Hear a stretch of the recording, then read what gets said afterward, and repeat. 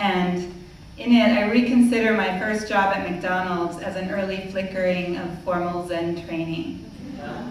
And it's from a collection in process called Love Serenade. Does that sound good?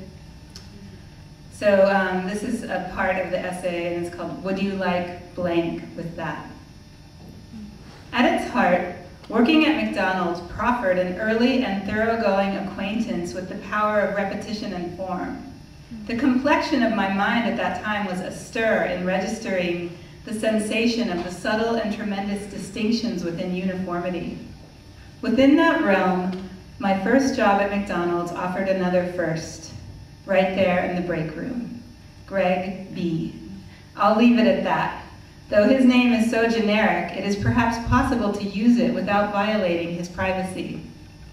We have recently started requesting the same shifts.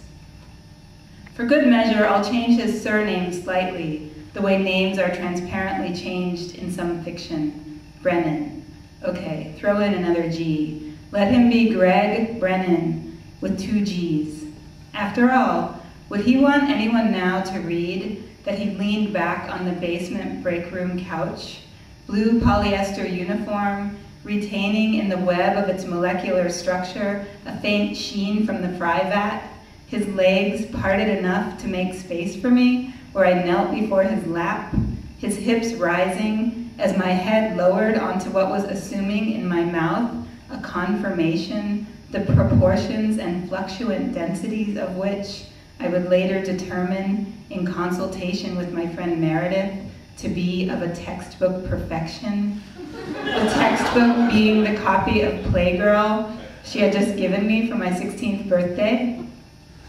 At Meredith's slumber party that weekend, we passed the magazine around, kneeling over it head to head, turning the pages from above. Wait, turn back. I like this one. Comparing what we found in the magazine to what we were seeing in the field. Greg's looked like the centerfolds, I decided. He had a golden quality, the source of which was untraceable. He's so beautiful, you could sleep with him and still be a virgin, I posited. Something about this formulation pleased my friend Nancy, the only one among us having regular sex, and I felt she looked at me differently from then on. Could Greg, can I, withstand being reminded now that before and after we both wore those paper hats? Yes, we did. We took the hats off, and then afterward we put them back on, just as is fitting for any ceremony. Greg was one of the people who actually looked hot in his uniform. The blue cap with its striped band and slightly cocked brim, like an admiral's. In Provincetown, there is a theme week dedicated to leather, latex, and uniforms. But I don't remember seeing anyone walking around in a fast food uniform. The predilection tilts more toward protective services. Still, anything can become erotic given the right constraints and freedoms.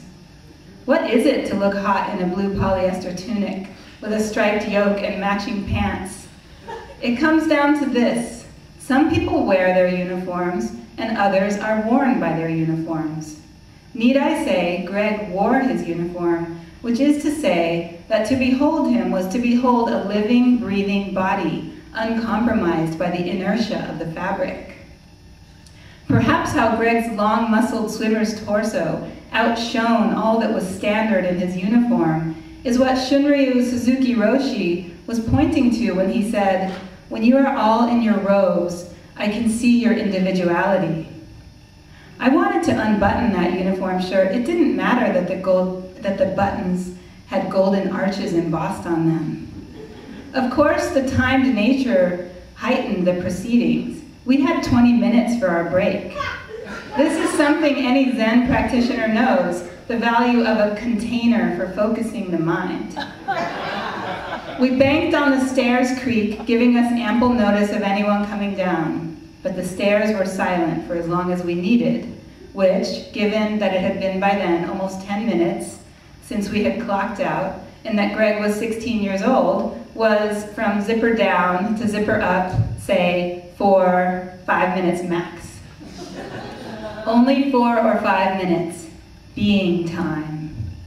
That sense of total absorption, a prime teaching in bowing, in following the breath, my attention drifting to the sleeves of soda cup lids stored behind the couch.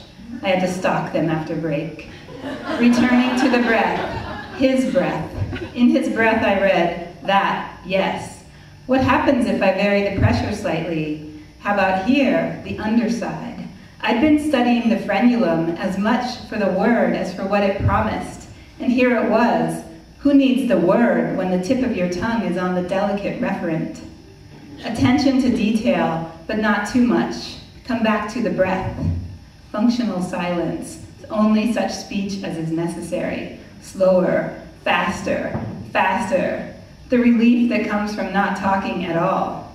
All this was so much fine-tuned training for the Doan Rio, playing the various ritual instruments during Zen services, in which slight variations in pressure and timing in striking a bell or drum can mean the difference between a settled assembly and one where each person feels slightly askew and thinks it's them, but more likely it's that the bell was too shrill or the timing uneven. We went back upstairs and still had time for a snack. One of those apple pies that rotated along glowing coils, the sleeves slipping as they made each quarter turn. The heat the filling retained always exceeded my patience in letting it cool. We handed the rectangular pie back and forth until Greg gave me the last corner. We clocked back in with a few seconds to spare. Thanks.